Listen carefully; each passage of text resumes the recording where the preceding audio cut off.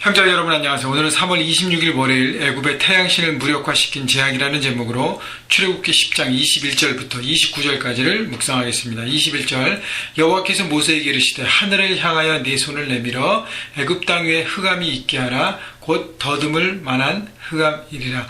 자, 이제 9번째 재앙으로 넘어가는데 계속적으로 바로는 재앙이 오면 모세를 불러서 이것들 좀 해결해 달라고 내가 죄를 지었다고 얘기하면서 모세한테 간절히 간구하고 또 모세가 기도해서 그 재앙이 떠나가면 금방 마음을 바꿔서 계속 이스라엘 백성들을 애굽 땅에 가둬두게 합니다.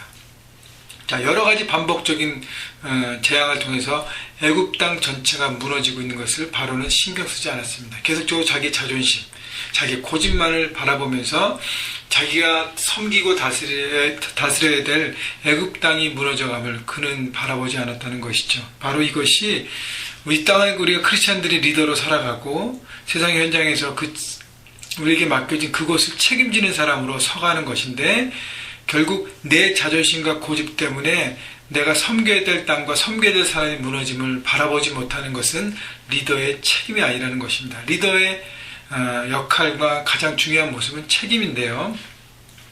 자, 그래서 우리가 하나님 앞에 그리스도인으로 서 있다는 것은 우리에게 맡겨진 그 사명의 현장에서 책임을 다하는 것입니다. 과연 내가 어떻게 해야 될 것인가를 생각해 보면서 또 말씀을 묵상하겠습니다.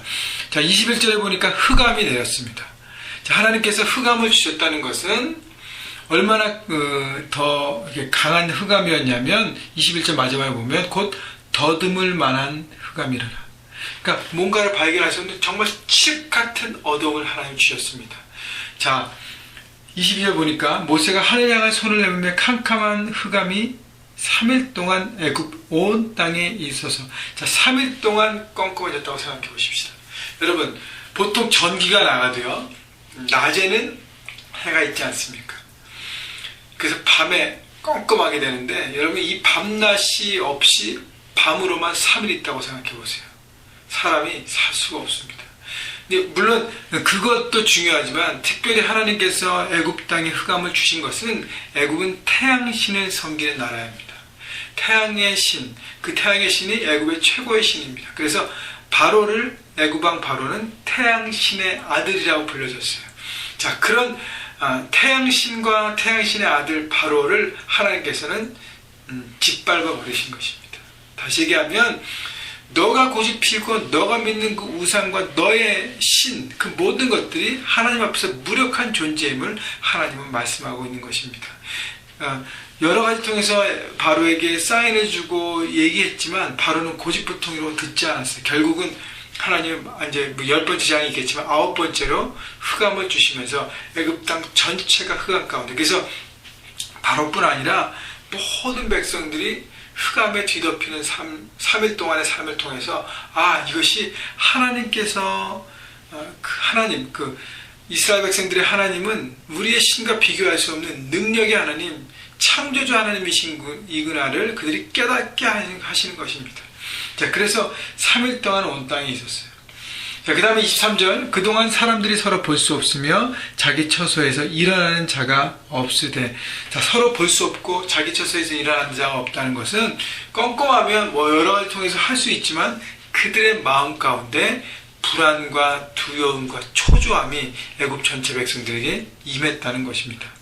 여러분, 그동안의 재앙은요, 물리적인 재앙이었어요. 우박과 메뚜기와 개구리와 그런 걸 통해서 채소와 곡식들이 없어지고 동물들이 또 사람에게 온역과 피부병에 걸리면서 고통받고 여러 가지, 애굽의 나일강의 물이 피로 변하고 여러 가지 보여지는 것인데, 이제 흑암이 생기면서 어떻게 해요?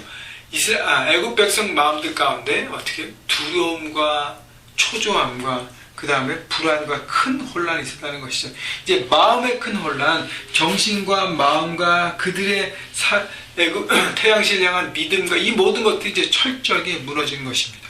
자, 그래서 하나님은 애굽 백성들의 물리적인 것, 심리적인 것, 모든 것들을 다 심판하고 계시는 것입니다. 자, 그런데요, 23절에 그동안 사람들이 서로 볼 수 없으며 자기 처소에서 일어나는 자가 없을 때 온 이스라엘 자손들이 거주하는 곳에는 빛이 있었더라. 자, 이스라엘 백성들이 사는 고센 땅에는 빛이 있었어요. 하나님은요, 이것을 보니까 창조주 하나님인 것이 분명하지 않습니까? 그죠? 하나님께서는 빛을 만드시고 모든 것을 만드셨기 때문에 하나님이 컨트롤하시고 제어하시고 통제하시는 것입니다. 애굽 땅에는 흑암이 있게 하고 고센 땅, 애굽 땅 안에 있는 고센 땅 그곳만은 어떻게 비추는 것입니다. 여러분, 우리의 삶이 하나님을 만나지 않고선 우리의 삶은 어두움이에요.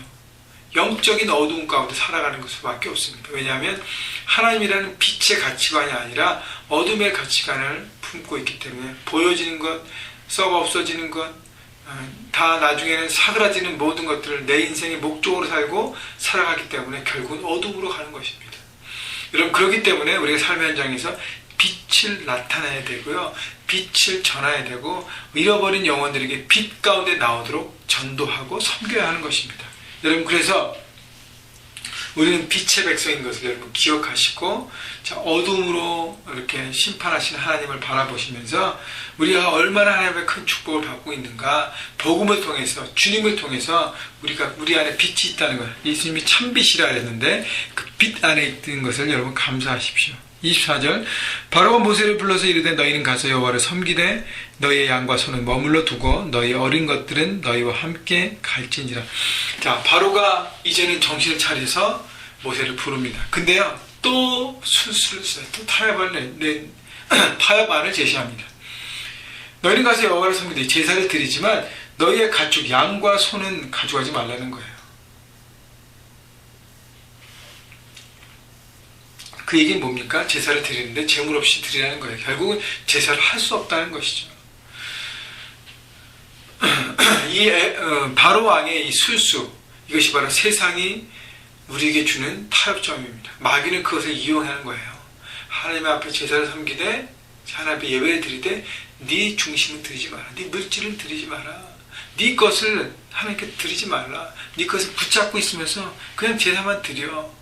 결국은 온전한 예배를 드리지 않는다는 것은 예배하지 않는 것과 똑같습니다. 그래서 모세가 어떻게 해요? 25절, 모세가 이르되 왕이라도 우리 하나님 여호와께 드릴 제사와 번제물을 우리에게 주어야 하겠고 우리의 가축도 우리와 함께 가고 한 마리도 남길 수 없으니 이는 우리가 그 중에서 가져다가 우리 하나님 여호와를 섬길 것이며 또 우리가 거기에 이르기까지는 어떤 것으로 여호와를 섬길지는 알지 못함이니이다 하나.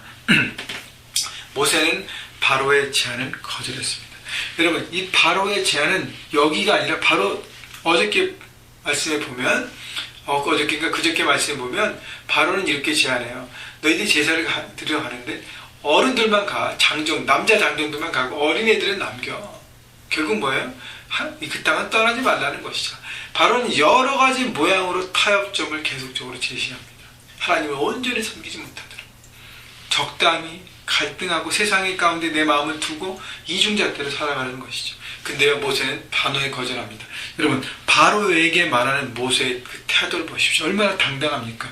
왕이라도 우리에게 번제물을 줘야, 제사 주어야 하겠고 우리가 이렇게 되기 때문에 우리의 가족 하나도 남길 수 없이 우리는 다 데려가야 합니다. 모세는 선명한 기준을 가지고 바로와 타협하지 않았습니다. 바로의 타협을 철저히 거절했습니다. 이것이 바로 세상 가운데 하나님 말씀이라는 선명한 기준을 가지고 사는 사람의 특징인 것입니다. 모습인 것입니다. 여러분, 세상 가운데 말씀을 들고 가십시오. 오늘도 클리큐티에서 말씀을 묵상하지 않습니까? 이 말씀 가운데 하나님의 뜻을 세상 가운데 나타나십시오. 여러분, 하나님이 여러분 세상 가운데 당당하게 승리하게 하실 것입니다. 27절, 여호와께서 바로의 마음을 완악하게 하셨으므로 그들 보내기를 기뻐하지 아니하고 28절, 바로가 모세에게 이르되 너는 나를 떠나가고 스스로 삼가 다시 내 얼굴을 보지 말라. 내가 내 얼굴을 보는 날에는 죽으리라. 바로가요, 이제는 최후의 발악을 하지 않습니까? 그죠? 모세를 겁박하고 위협합니다. 다시는 내 얼굴을 보지 말고 내가 네 얼굴을 보면 나는 너를 죽일 것이다. 너는 죽음이다. 자, 고집불통의 바로요. 바로 고집당이 무너지고 있는데 그것을, 그러니까 내가 변화되고 내가 바뀌어야 되는 생각을 안 하고 자꾸 주위에만 책임을 지는 거예요. 그래서 나중에는 화를 내고 분노하고 모세에게 겁박합니다. 29절 모세가 이르되 당신이 말씀하신 대로 내가 다시는 당신의 얼굴을 보지 아니하리이다. 모세의 당당함을 보십시오. 하나님이 나와 함께하기 때문에 내가 손을 들면 재앙이 퍼지고 내가 손을 내리고 기도하면 재앙이 거쳐가는 하나님의 역사의 현장 가운데 살기 때문에 모세는 당당합니다. 그래 내가 나의 얼굴을 보기 싫어 나도 보지 않을 거야. 세상에 향하여 담대하게 나갑니다. 당당하게 나갑니다. 여러분 내 것을 붙잡으려 하면 세상에 당당해질 수 없어요. 여러분 내 것을 내려놓으십시오. 그러면 세상에 당당합니다. 왜냐하면 모든 것이 하나님의 것이기 때문에 주님 자유하기 때문이에요. 여러분 삶 현장에서 가정에서 캠퍼스에서 또 직장과 비즈니스 터에서 여러분 모든 것들을 하나님께 맡기고 나가십시오. 모든 것들 여러분의 가족들 여러분의 물질들 여러분의 시간 여러분의 에너지 여러분의 고을 여러분의 이루어야 될 그 목표 모든 것들 내려놓고 나갈 때 하나님께서 이루어 주십니다. 순종하고 나가십시오. 그럼 세상에 당당하게 맞서서 승리하는 삶이 될 것입니다. 여러분 한 주간도요 주님의 뜻 가운데 승리하시고 말씀으로 세상을 돌파하는 세상에서 당당하게 살아가시는 파워 크리스찬 여러분 모두가 되시기를 주님의 이름으로 축복합니다.